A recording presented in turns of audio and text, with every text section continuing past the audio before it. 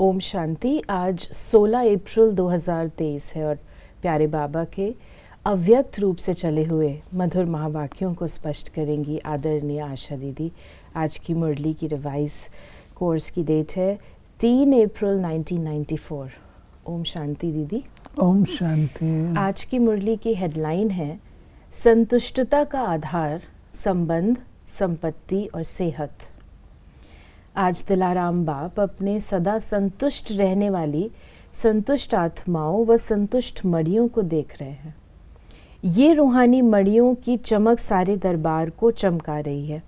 संतोषी आत्माएं स्वयं को भी प्रिय और सर्व को भी प्रिय और बाप को भी प्रिय है। बाप को भी प्रिय है, प्रिय। देखिए हमारा जो सब्जेक्ट संतुष्टता का गुण है, इसको कहा जाता है क्राउन ऑफ ऑल वर्चुअस। दूसरा, बाबा ने हमारी पढ़ाई का जो रिजल्ट वो संतुष्टता के 3 सर्टिफिकेट से कहा है। आप संतुष्ट स्वयं से हैं, बाबा से हैं और तीसरा इनसे मिले, पब्लिक से मिले। ये 3 सर्टिफिकेट भी लेने हैं। और तीसरा जो हमारी स्थिति होती है, स्थिति का अंदाज भी लगता है संतुष्टता से। तो दुनिया में भी कहावत है, गोधन गजधन बाजीधन और रतन धन खान, जब आवे संतोष धन सब धन धूरी समान। अगर किसी व्यक्ति में संतुष्टता है, आप उसके आगे हीरे जवाहरातों के अंबार लगा दें, उसको कोई फर्क नहीं पड़ता। आप उसको कितनी दुनिया भर की फैसिलिटीज दे दें, उसको कोई फर्क नहीं पड़ता। वो एक अपने छोटे से संसार में भी संतुष्ट है, तो बड़े संसार में संतुष्ट है। तो संतुष्टता एक ऐसा गुण है जिससे आत्मा का विकास होता है। और ये संतुष्टता तब आती है जब हम एक्सेप्ट करते हैं, जो बात जो है जैसी उसको एक्सेप्ट कर लेते हैं, तब ये संतुष्टता आती है। तो बाबा ने कहा कि आज संतुष्ट मणियों की दरबार, और उसमें बाबा एक एक मणि को देख रहे हैं। बाबा कहते मुझे सब प्रिय है। बाबा ने कहा कि सर्व प्राप्ति संपन्न आत्माएं हो, तो जहाँ सर्व प्राप्ति है वहाँ सदा संतुष्टता स्वतः और स्वाभाविक है ही। नेचुरल स्वभाव उसका संतोष का है, और संतुष्टता का स्वरूप व स्वभाव निजी संस्कार ऐसा श्रेष्ठ है जो असंतुष्ट आत्मा को भी संतुष्टता का वाइब्रेशन वायुमंडल, संतोष वायुमंडल में बदल देता है। इस संगम युग में विशेष बाप दादा का देन संतुष्टता है। तो बाबा ने कहा एक संतुष्टता की विशेषता और विशेषताओं को भी सहज अपने समीप लाती है, लेकिन सदा संतुष्ट हो। परिस्थिति कितनी भी बदले, लेकिन संतुष्टता की स्थिति को परिस्थिति बदल नहीं सकती। ये बाबा कहते हैं जो व्यक्ति संतुष्ट है उसकी स्थिति इतनी स्ट्रांग है, कैसी भी परिस्थिति हो वो उसको डामाडोल नहीं कर सकेगी। परिस्थिति बदलती रहती है, परंतु जो स्वस्थिति उसकी संतुष्टता की होगी वो वैसी दृढ़ बनी रहेगी। तो बाबा ने परिस्थिति को पपेट शो, कठपुतली का शो से कंपैरिजन किया कि कभी भी कोई भी परिस्थिति आए तो यही समझो एक बेहद के स्क्रीन पर कार्टून शो चल रहा है, वह पपेट शो चल रहा है। तो वो देख करके परेशान होंगे कि मनोरंजन करेंगे। शो देखना तो अच्छा ही है ना। तो ये माया का व प्रकृति का ये भी एक शो है। अपनी शान में रहते हुए देखो, संतुष्ट मणि हूँ, संतोषी आत्मा हूँ। ये है संगम का श्रेष्ठ शान। बाबा ने बताया कि जब तुमको शिव बाबा मिला, सर्वोच्च पढ़ाई मिली, ऊंचे से ऊंचे स्वमान में तुम हो तो तुम्हारी जो शान है वो क्या है? To be always contented. फिर बाबा ने कहा प्राप्तियों में विशेष संबंध और संपत्ति आवश्यक है। संबंध में भी अगर एक भी संबंध अप्राप्त है तो संपूर्ण संतुष्टता नहीं होगी।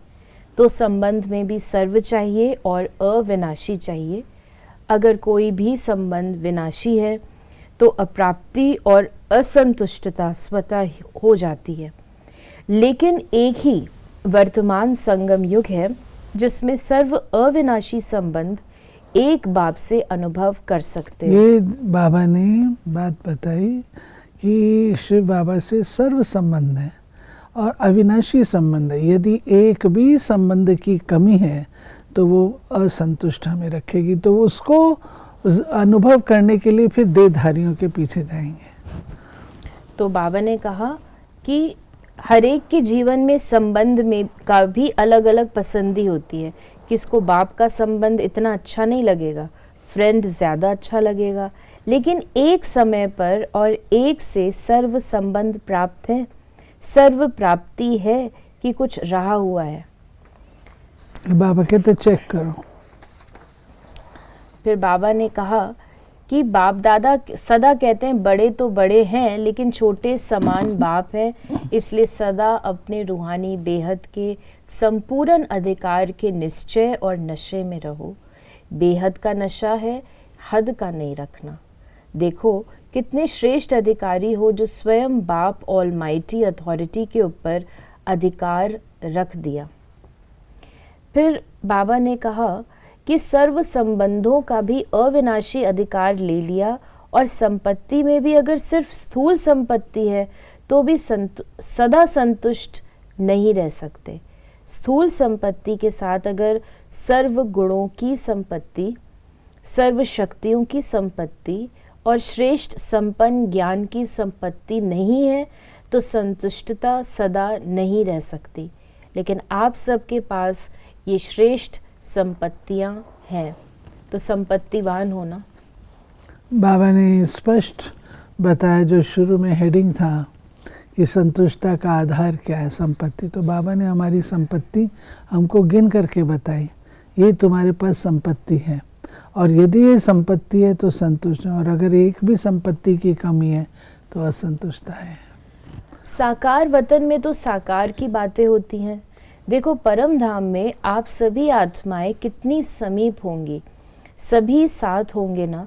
और सूक्ष्म वतन में भी इतना बेहद है, जो जितना समीप आना चाहे आ सकता है। लेकिन बच्चों का स्नेह निराकार और आकार को भी साकार बनाना चाहता है। तो बाप क्या कहते हैं, जी हजूर जी हाजिर। बच्चे तो बाप के भी हुजूर हैं, मालिक है ना। मालिक को हुजूर कहा जाता है और बालक को भी मालिक कहा जाता है। तो सभी कौन हो, संतुष्ट मणियाँ। संबंध में भी संतुष्ट और संपत्ति में भी संतुष्ट। संबंध, संपत्ति और तीसरी होती है सेहत, तंदुरुस्ती। तो बाबा ने कहा आप सभी तंदुरुस्त हो ना कि बीमार हो। आत्मा तो तंदुरुस्त है ना, शरीर की कोई बात ही नहीं। आत्मा सदा शक्तिशाली है। संगम पर श्रेष्ठ सेहत व तंदुरुस्ती है आत्मा की तंदुरुस्ती। इस समय के आत्मा की तंदुरुस्ती जन्म जन्म के शरीर की तंदुरुस्ती भी दिलाती है। लेकिन इस समय थोड़ा सा प्रकृति अपना रूप दिखाती है, इसमें भी कोई बड़ी बात नहीं है, ये भी कार्टून शो है। फिर बाबा ने कहा संबंध भी है तो सर्व प्राप्तियां है ना, संबंध भी है, संपत्ति भव भी है, सर्व संबंध भी है, संबंध भव और सदा तंदुरुस्त भव भी। ये जो शब्द बाबा ने मन मना भव का दिया है फॉर्मूला, मन मना भव को रखो, मन मना भव की टैबलेट को लो, तो उससे आपकी तंदुरुस्ती भी बनी रहेगी। तो सिर्फ वरदान सुनकर खुश नहीं हो जाओ कि हाँ मुझे बहुत अच्छा वरदान मिला, या सिर्फ नोट करके नहीं रखो, लेकिन समय पर वरदान को काम यूज करो। काम में लगाने से वरदान कायम रहते हैं। अगर वरदानों को समय पर काम में नहीं लगाया तो वो वरदान फल नहीं देता। वरदान तो अविनाशी बाप का है, लेकिन वरदान को फलीभूत करना है। बीज तो है, लेकिन उससे फल कितना निकालते हो वो आपके हाथ में है।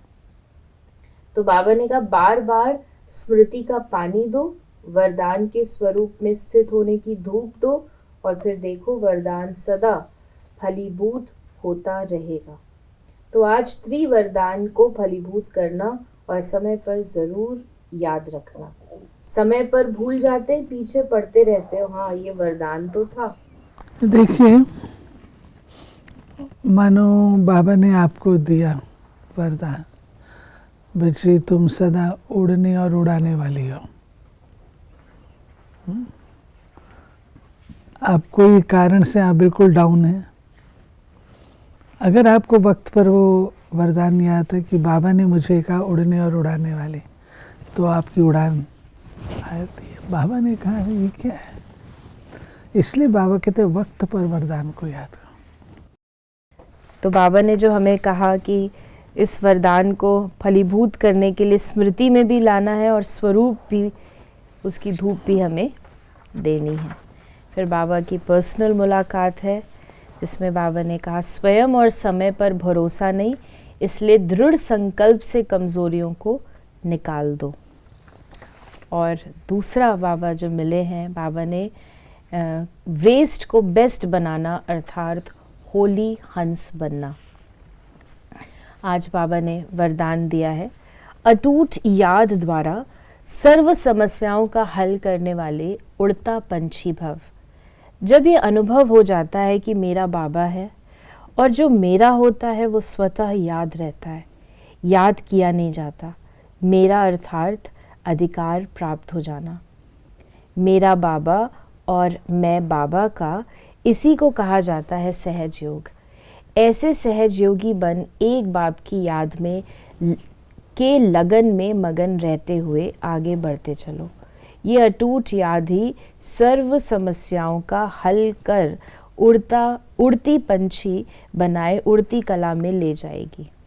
मैं बाबा का और बाबा मेरा, ये बाबा ने कहा उड़ती कला का और प्रकृति का आधार। और स्लोगन है मनन शक्ति के अनुभवी बनो तो ज्ञान धन बढ़ता रहेगा।